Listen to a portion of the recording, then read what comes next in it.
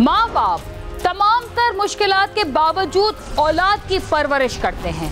बच्चे को जरा भी तकलीफ हो तो तमाम रात आंखों में काटते हैं और अपने वसाइल से बढ़कर औलाद की तालीम और तरबियत पर खर्च करते हैं।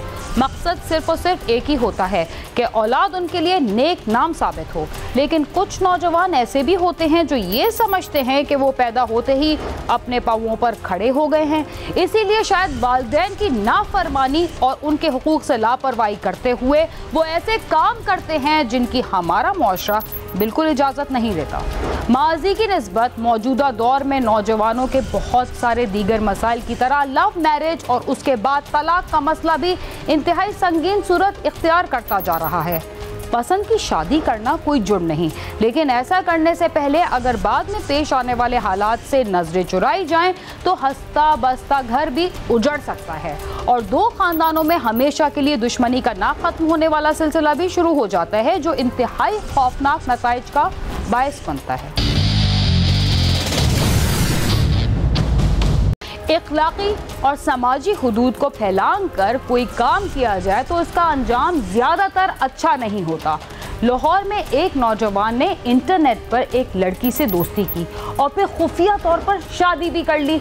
इस शादी का इल्म लड़की के घर वालों को हुआ तो उन्होंने शादी को मंजर आम पर लाने का तकाजा किया, जिसके बाद हालात ने अजीब व गरीब सूरत इख्तियार कर ली। लव मैरिज के इस वाक़े ने लड़की की ज़िंदगी के साथ जो सलूक किया उसे सुनकर ऐसे तमाम नौजवान लड़के और लड़कियां पसंद की शादी करने से कबल ये ज़रूर सोचेंगे कि बाज़ दफ़ा अपने माँ बाप से छुपाई जाने वाली कुछ बातें उनकी ज़िंदगी के लिए कितना बड़ा ख़तरा साबित हो सकती हैं।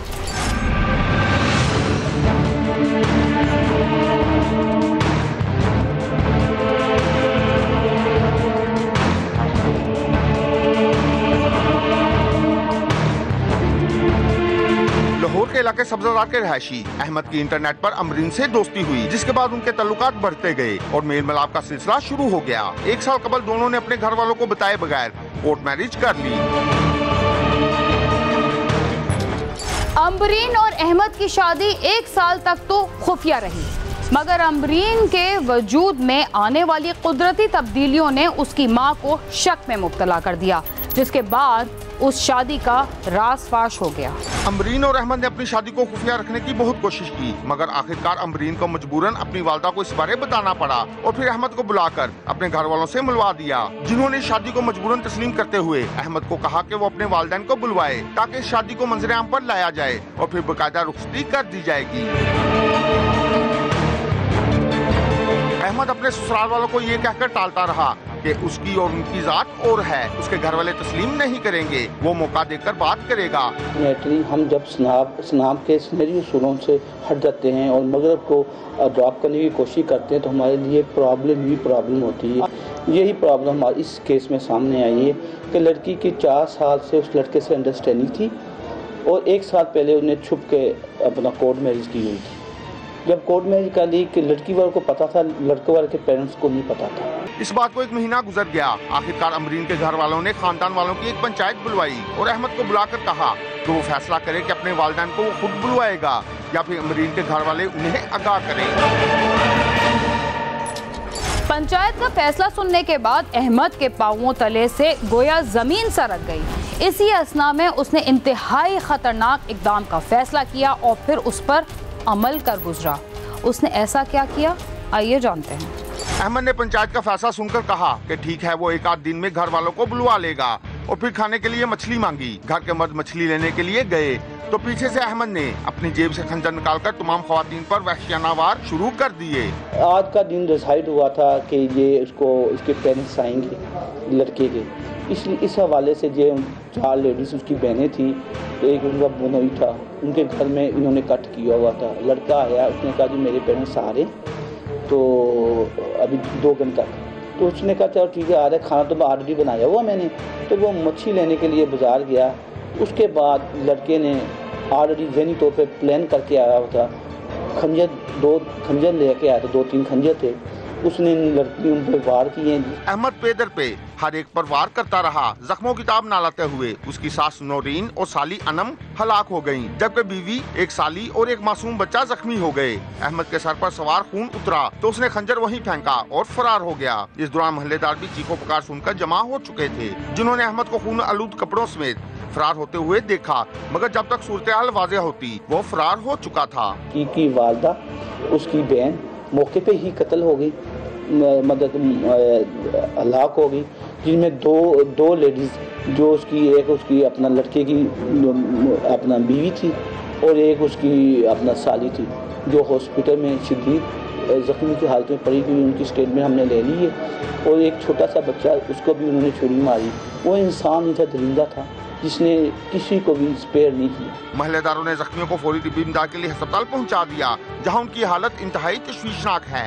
किसी जिम्मे में उसने कत्ल किया, उनको चला गया। उसका जो मालिक मकान का जो नीचे बंदे रहते हैं, बंदा तो रोटी लेने के लिए गया इनके लिए, लेकिन वो उनसे आने पहले उन्होंने कत्ल कर दिया। अभी वो कुछ लोग कह रहे थे कि उसके जिस बंदे ने कत्ल किया उसके वालिद को गिरफ्तार कर लिया गया और कार्रवाई स्टार्ट होगी।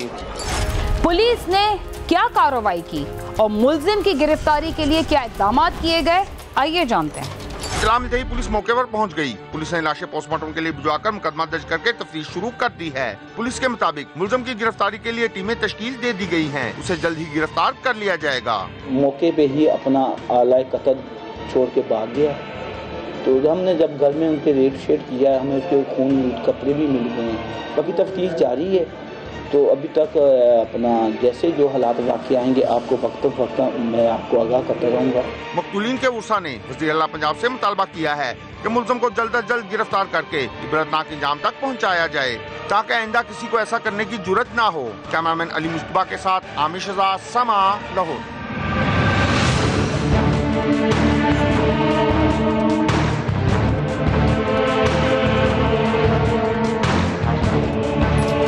जब बातचीत का सिलसिला खत्म हो जाए तो लड़ाई झगड़ा शुरू हो जाता है।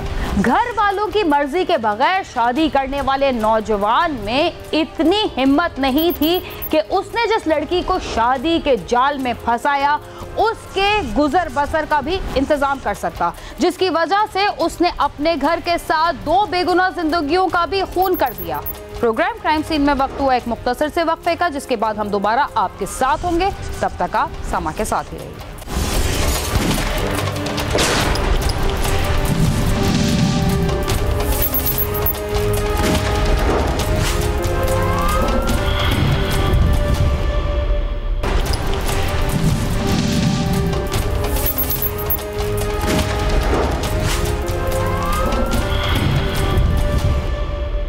प्रोग्राम क्राइम सीन में एक बार फिर खुशामदीद।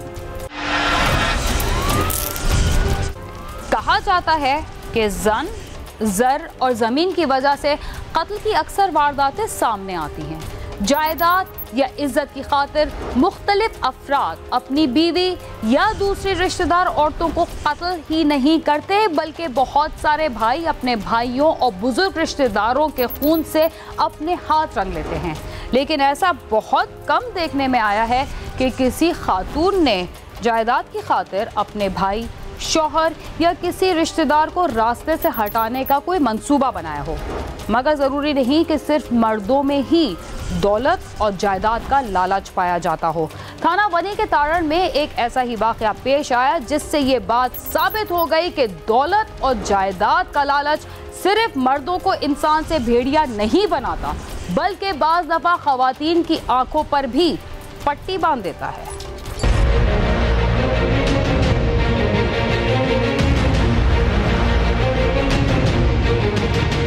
नजीर चीमा थाना वनी के तारड़ के इलाके रागवा सईदा का रिहायशी था। उसके 2 बेटे बैरून मुल्क में रिहायश पजीर हैं, जबकि एक बेटा अबू बकर उसके साथ ही रहता था। नजीर की एक बहन गुलाम फातिमा भी है, जो तलाक होने के बाद उसके साथ ही रहती थी। इसकी जो बहन है गुलाम फातिमा इसका नाम है, वो तलाक के बाद इसके घर पे रह रही थी। मदैया मुकदमे गुलाम फातिमा जो है ये तलाक याफ्ता है। ये अपने भाई के घर में होती थी और ये भाई के साथ अलहदा कमरे में रहती थी और वालदा जो बच्चों की है अबू बकर की वालदा जो है वो और अबू बकर ये अलहदा रहते थे। गुलाम फातिमा तलाक होने के बाद अपने भाई के पास एक अरसे से रह रही थी। जब से वो आई थी नजीर के घर में झगड़े शुरू हो गए थे। इन झगड़ों से तंग आकर अक्सर नजीर मस्जिद में ही सो जाता था। पहले भी इनकी लड़ाई झगड़ा, इनके वालिद को मारना जो है ना वो गांव से साबित है।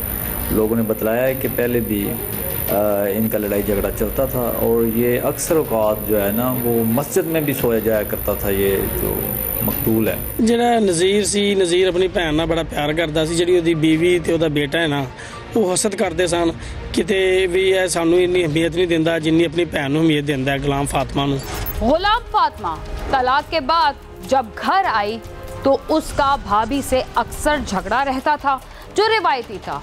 लेकिन नजीर चीमा की बीवी को शक था कि वो अपनी बहन से ज्यादा करीब है, इसीलिए 4 एकड़ जमीन उसके नाम कर देगा। वो अपने बेटे से भी अक्सर यही बात करती थी कि उसका बाप अपनी सारी जमीन अपनी बहन के नाम कर देगा। शायद यही सोचकर एक मंसूबाबंदी की गई। आइए देखते हैं ये मंसूबाबंदी क्या थी।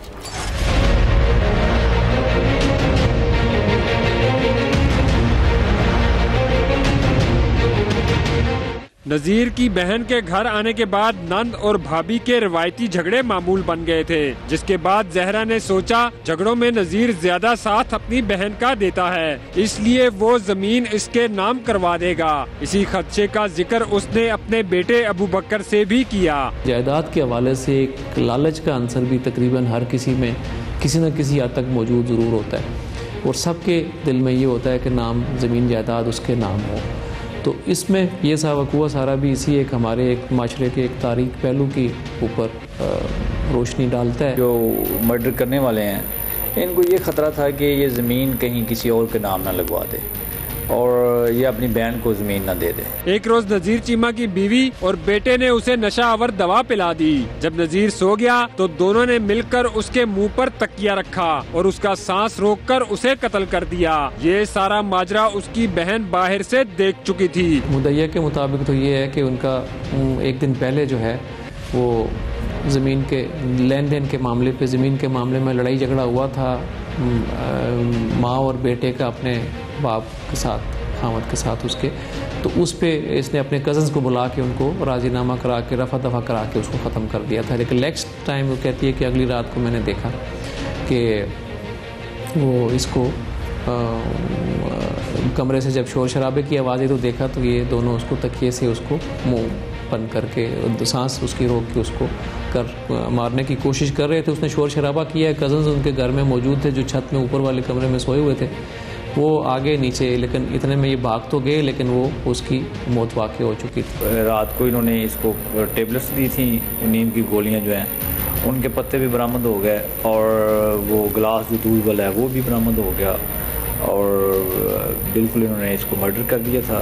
रात को सराना इसके मुंह के ऊपर रख के वो भी सराना बरामद किया बाद में। तो ये बंदे भी बाद में गिरफ्तार जो है ना वो शक है ਅਸੀਂ ਤੇ ਵੇ ਆਪਣੀ ਭੈਣ ਨਾਲ ਬੜਾ ਪਿਆਰ ਕਰਦਾ ਹੈ, ਇਹਨੂੰ ਪੁੱਛਦਾ ਦੱਸਦਾ ਸਾਨੂੰ ਘੱਟ ਪੁੱਛਦਾ ਹੈ ਤੇ ਇਸ ਸ਼ੱਕ ਦੀ ਬਣਾ ਤੇ ਉਹਨਾਂ ਨੇ ਆਪਣੇ अबू बकर ने अपने वालिद ਨੂੰ सराना रख के कत्ल कर ਛੱਡਿਆ अपनी मां ਦੇ ਨਾਲ मिल के। माँ बेटे ने मिलकर नजीर को कत्ल कर दिया था, जिसके बाद उन्होंने इस कत्ल को तिबई मौत करार देने की कोशिश की। लेकिन जब उन्हें इसमें नाकामी का खतरा महसूस हुआ तो घर से फरार हो गए और जब पुलिस ने उनको पकड़ा तो उन्होंने एतराफ़ जुर्म भी कर लिया। ये वाक़या सिर्फ रिवायती झगड़ों की वजह से नहीं था बल्कि इसमें ज़मीन की मिल्कियत भी शामिल थी।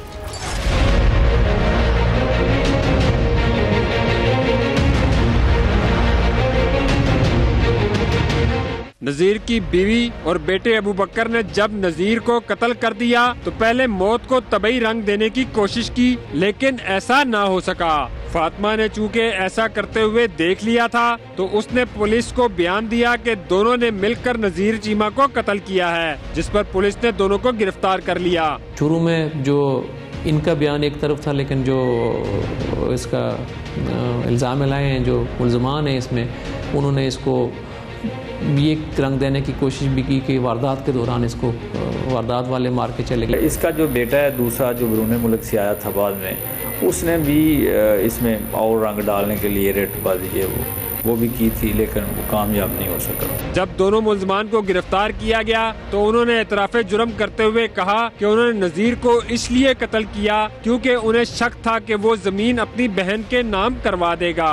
भाई अपनी बहन का जब तलाक याफ्ता होगी तो उसके घर में रह रही है तो उसका ख्याल करता है और उसकी माली मदद भी करता था, और इनको लगता ये था कि वो अपनी जो 4 एकड़ ज़मीन है वो भी उसके नाम करने वाला है। ਉਹਦੀ 4 ਏਕੜ ਜ਼ਮੀਨ ਸੀ, ਉਹਨਾਂ ਨੂੰ ਅਬੂ ਬਕਰ ਤੇ ਉਹਦੀ ਵਾਲਦਾ ਨੂੰ ਇਹ ਸ਼ੱਕ ਸੀ ਕਿ ਜਿਹੜੀ 4 ਏਕੜ ਜ਼ਮੀਨ ਹੈ ਨਾ ਉਹ ਆਪਣੀ ਭੈਣ ਦੇ ਨਾਮ ਨਾਲ ਲਵਾ ਦੇ। दोनों माँ बेटा ने जिस जायदाद के लिए नज़ीर को कत्ल किया था अब शायद ही उन्हें मिल सके, क्योंकि अब उनकी बाकी जिंदगी जेल में ही गुजरेगी और अगर किसी तरीके से सुलह हो भी गई तो जमीन उनको कोई नहीं देगा। बाकी की जिंदगी लोगों के तानों और मुश्किलात में गुजर जाएगी। ये कहानी इस तरह की सोच रखने वालों के लिए एक सबक है।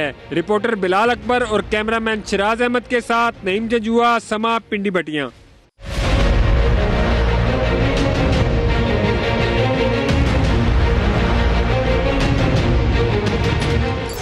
जराइम की दुनिया में पेश आने वाले ज्यादातर वाकयात से हटकर पेश आने वाले इस वाकये से ये बात भी साबित होती है कि लालच के जाल में फंसकर सिर्फ मर्द ही नहीं बल्कि खवातीन भी बाज़ दफ़ा अपने करीबी रिश्तेदारों को कत्ल करने की ऐसी वारदातों में मुलव्विस होती हैं जो उन्हें जिंदगी भर के लिए जेल की सलाखों के पीछे धकेल देती है। इसलिए ज़रूरी है कि ऐसी कोई भी मनफी सोच पर फौरन ही काबू पाया जाए ताकि जराइम करने से पहले ही उसका तदारुक हो सके। इसके साथ ही क्राइम सीन अपने इख्तिताम को पहुंचता है। अगर आप हमसे रब्ता करना चाहते हैं तो हमारा पता है cs@sama.tv। इसके अलावा आप YouTube, Facebook और ट्विटर पर भी हमसे रब्ता कर सकते हैं और हमारा प्रोग्राम भी देख सकते हैं। बीना खान और क्राइम सीन की टीम को इजाज़त दीजिए और देखते रहिए समा।